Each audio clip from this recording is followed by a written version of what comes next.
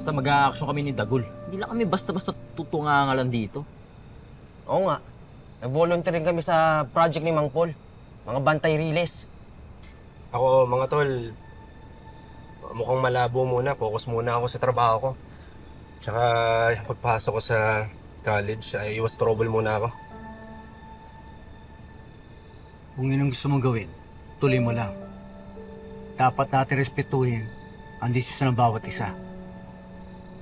Walang pilitan dito. Maraming salamat, maestro. Tol, sarili mo lang iniisip mo eh. Ano? Di ba matalino ka? Gamitin mo kaya yung talino mo para tumulong sa ibang tao, hindi yung sarili mo lang iniisip mo. Nunguspihan mo naman kaagad ako, tol eh. Hindi mo ako tinatanong ba't gusto ko magtapos? Kung ikaw gusto mo solusyonan yung problema ngayon, ako tol hindi. Ibang plano ko. Big picture, tol. Gusto kong tuldukan yung lahat ng nangyayari sa atin ngayon. Eh, paano yung problema natin ngayon? Ha? Si Chelsea, si Nene. Oh, ano? Hindi natin sila tutulungan? Teka. Tama na yan.